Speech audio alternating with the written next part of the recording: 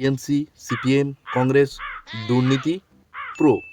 এখন ডিজিটাল দুর্নীতি চলে আসছে বিজেপির আমলে, দুর্নীতি প্রো ম্যাক্স।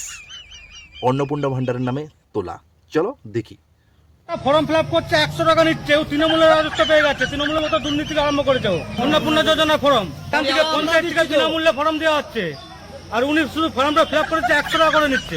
পয়সা দিয়ে কোনো ফর্ম ফিল আপ হবে না। গোঘাট গ্রাম পঞ্চায়েত, দুলাল সিং। সব পাখি মাছ খায়, দোষ হয় কেবল মাছরাঙার।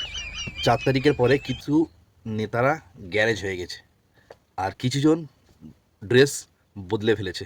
আরে শুধু নেতাদের ধরলে হবে না, যারা বিজেপি গিয়ে বেশি হুড়পাড় করছে সব টিএমসির খাওয়াম পার্টি। এরাই টিএমসি থেকে বেশি লুটপাট করেছে, গিয়ে এখন বিজেপিতে গিয়ে বেশি চিৎকার করছে।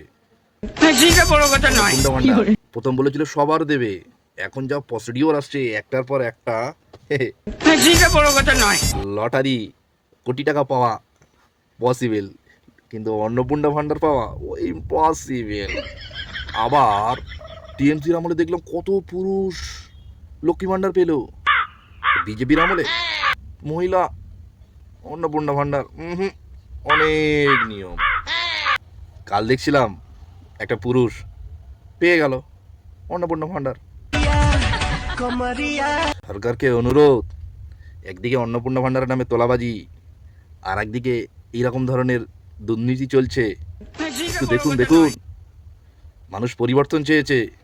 টিএমসির পুরুষরা মহিলাদের ভাতার টাকা পাবে বলে বিজেপির পুরুষরাও মহিলাদের ভাতার টাকা পাবে, এটা তো কেউ আশা করেনি।